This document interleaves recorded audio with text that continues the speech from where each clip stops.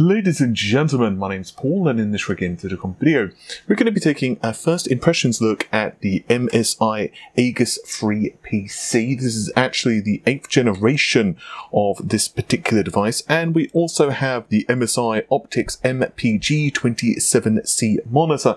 So once again, this is a first impressions. I'm specifically going to be looking at the PC in this video, but we will also be doing a full in-depth review of it in the not too distant future. We've got most of the benchmarks done, so I will be discussing the performance throughout the video, but I do want a little bit more time to crunch the numbers and do some hard disk tests and other bits and pieces, and also take the unit apart and kind of show you all the internals. And we're also going to be doing a full in-depth look at the Optix MPG27C monitor as well. Just for your FYI, this is a 1080p screen. This particular model is 144 Hz, curved, 1 ms response time.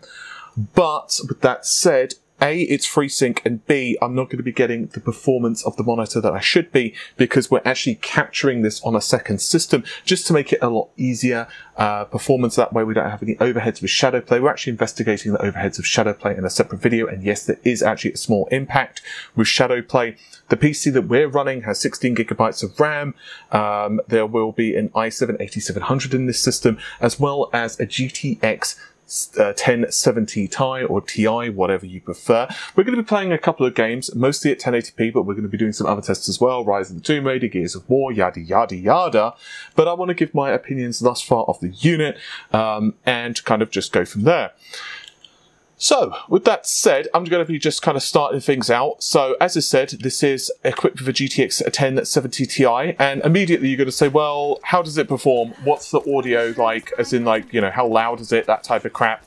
Well, the good news is the 1070 Ti in this system that we've actually got back here, it's actually very similarly equipped, funnily enough. MSI have actually let us keep this motherboard as well, because we're doing a little bit of extra testing with it. And this is actually equipped with an i7-8700, and this is also with our own GTX 1080, and we've also got in some RAM as well from Crucial at the moment, and some other bits and pieces. And I can tell you that that system performs very similarly to this system, if especially you overclock the GPU. Now, we actually put around 200 megahertz addition on the core, and of course we overclock the memory as well.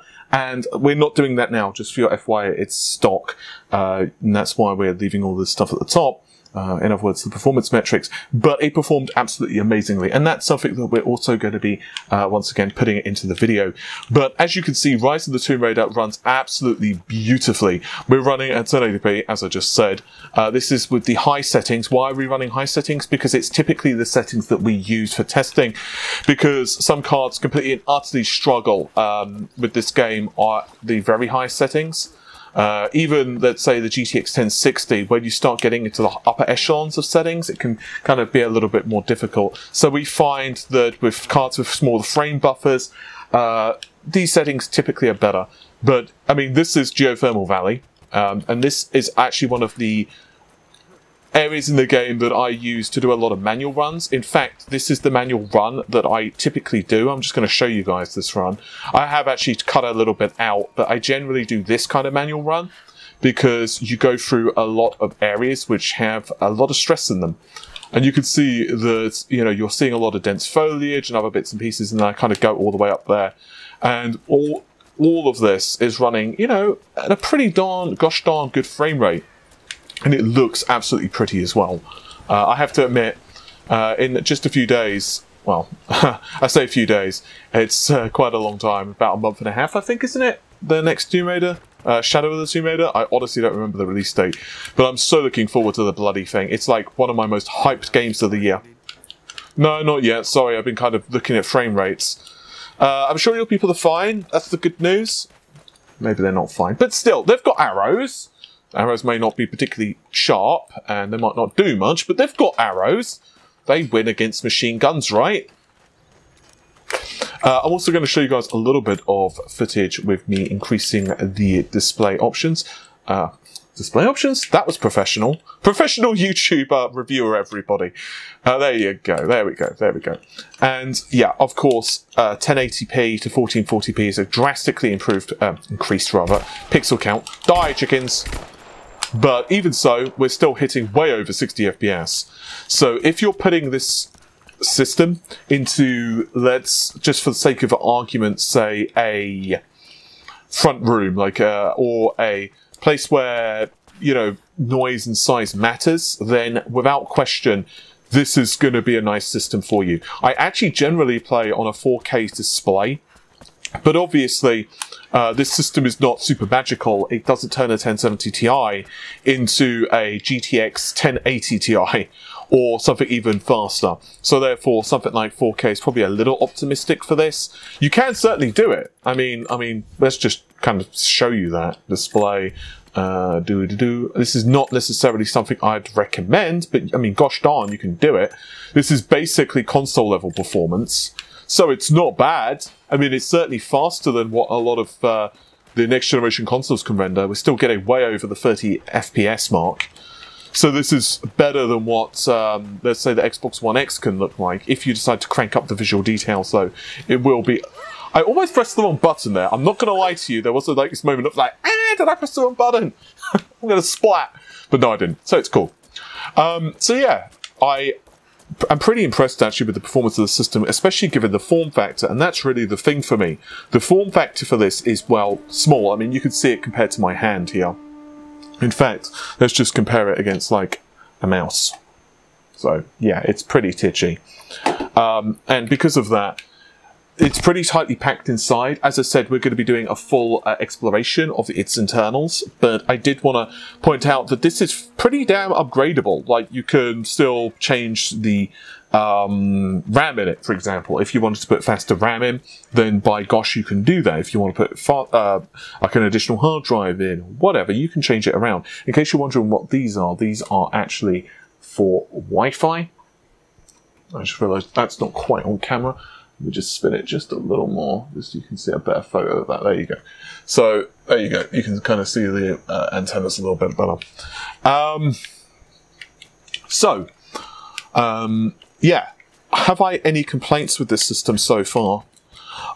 It can get kind of warm on the CPU if you're doing lots and lots of intensive stuff, but it doesn't throttle. So it does stay within the throttling range. I'm actually doing further tests on that at the moment. Let me just get further onto camera. So I'm just going to tilt that back so you can see me better, which is the reason it was in the position to begin with. The CPU doesn't get like so hot that it's throttling. And we've actually been doing our tests without air conditioning in the UK summer. And it's around 80-ish outside, maybe 85. So the room temperature is boiling, and that's with lots of stuff going on. So even so, the CPU is not throttling. GPU temperatures, obviously, once again, you're hitting the type of clocks you would be with a 1070 Ti. Yeah, with a 1070 Ti anyway. So far we've not had any negatives in terms of performance. If you do decide our particular model to turn the fan speeds up to the highest, it's still really quiet.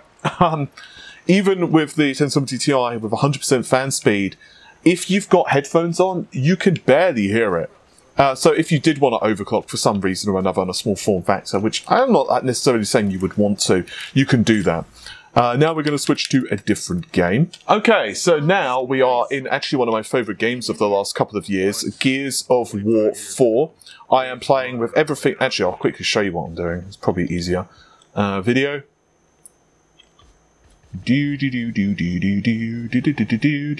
Actually, might as well turn on the stats, right? That seems like a good idea, since I am doing this. Okay. Yes, I would love to confirm the changes. I would like it a lot. And dynamic resolution is off anywho.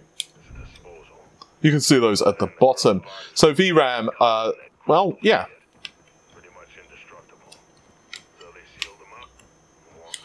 Just a reminder, this is running at 1440p. This game is very GPU intensive. We actually found that this game, even with just a couple of processor cores, can still actually pretty much peg a 1080 or even a 1080 Ti for that matter to 100% GPU usage at 1080p. You can actually go ahead and watch our core scaling and resolution and core scaling video for that, which I'll try to remember to link in the video description. I'm sure we'll find out. But doesn't this look pretty? Sound like an animal. Never said it did. I do love this game. I've actually been replaying through the entire series just recently. Yeah, go ahead and... Sure that's how you get dysentery. I was going to say, if you want to drink that, feel free, Kate. You go ahead with that. Nummy, nummy, nummy. I know that Gears of War... Oh, what the? Well, that seemed like it's a good thing. Yeah, I know. Keep calm.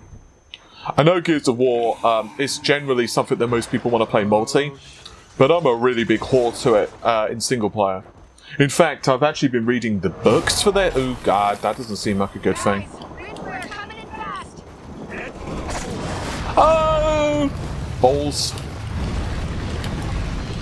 Well, I guess we're not going that way.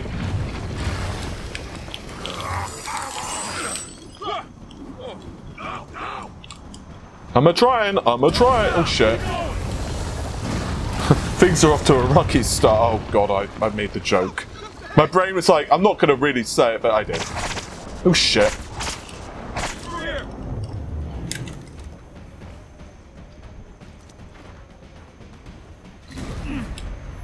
Get inside!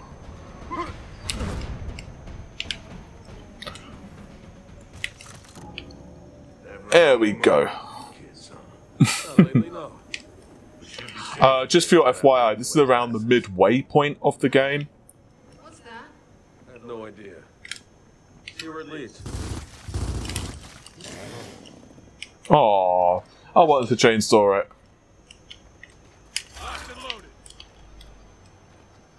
Oh, that looks inviting. You alright? Yeah, covered in this shit. Glowing now, so that's good. Whatever climbed out of that thing went this way. If you just opened the door, that would be really helpful. There you go. Hey, wait a minute. There's something in there. Cut it open. Not sure that's a good idea, Dad. Yeah, me neither.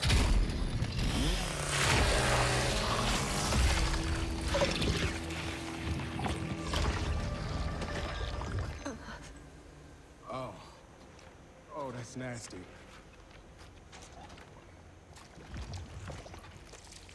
Jin's disappearances. I think we just found them. They're harvesting us. If this is what happens to people they capture, I wonder if I can skip this. God, look. Yes, I can. Huh. Floor pods. What the hell's going on here? Wow. It is. Same locust. I'll also show a little bit of gameplay at 1080p as well. Whoopsie.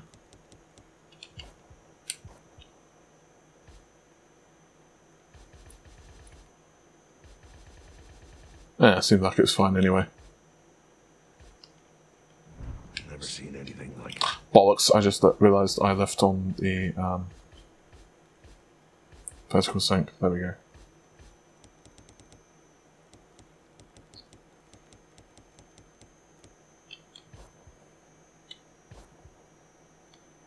There we go. Marcus Phoenix is stumped. That is so not a good sign. I told you to stay calm and keep moving. And once again, GPU usage is obviously pegged to pretty much at max. I mean, obviously there's a couple of, you know, bubbles here and there in the pipeline, but the usage is really high, as you'd expect. I'm going to skip this cutscene.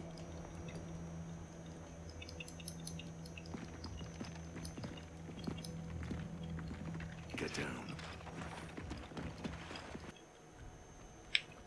All right, let's get out of here. Track All right. took Dad.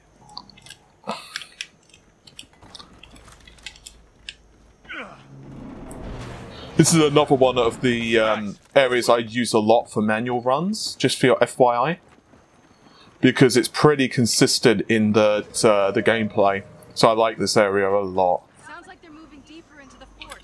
Plus as well, it's a really cool level. God, another one of those pods.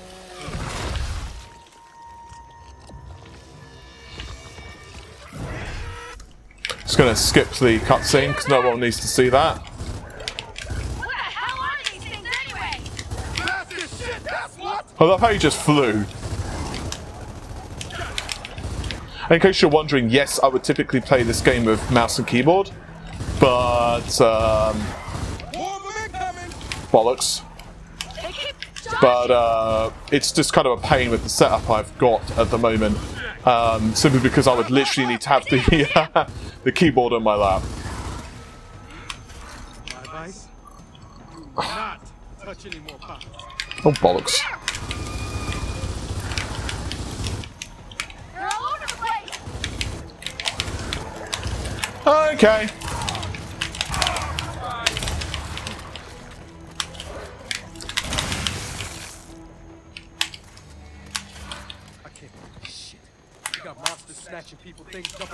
No idea what the hell's going on. So yeah, my overall opinions so far of this system are really positive. And I know this is kind of an impromptu video, but, well, I just wanted to show you some raw gameplay as well, rather than just performance metrics. Obviously, it's very difficult to get noise readings in this particular environment because, well, I've got multiple systems, so that's something that we'll be testing in the full review.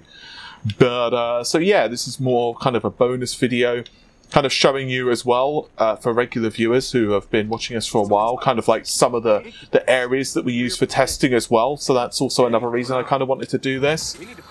Oh shit, that isn't a healthy sign, is it? And yeah, but overall I'm really liking the system at the moment. We actually have a couple of other PCs that we're going to be reviewing as well. There was a bit of a mix-up with one of them, but that's being resolved and we're getting another unit. And yeah, we're also going to be reviewing a laptop in the not too distant future too, from a different company. Well, actually we're going to be reviewing a couple of PCs from a different company. And there's got a lot of other crap that's going to be coming on the next few days. So yeah, I'd like to also take this opportunity to thank everyone once again for all of the support recently. And I'm just going to be playing a few more minutes of this. And yeah.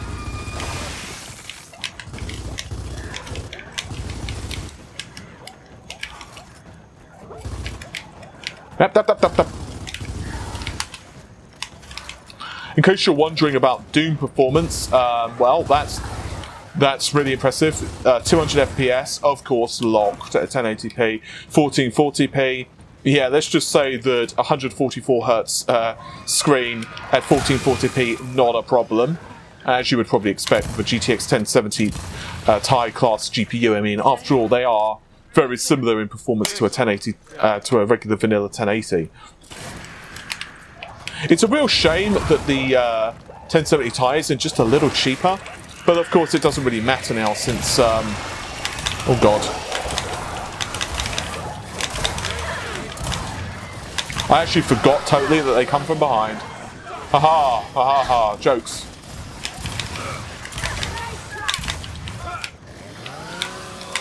No, that's mine! Don't try to sneak him. I want to be the one that does the chainsawing, damn it. Being the one to chainsaw. That's my job. Little bastard. Excuse me. Aw. Can I just... There you go.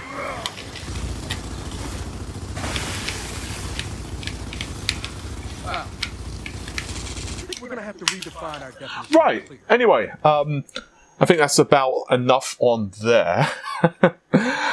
Because I will get quite addicted and just keep playing this game. As I said, it's one of my favourite titles of the last couple of years.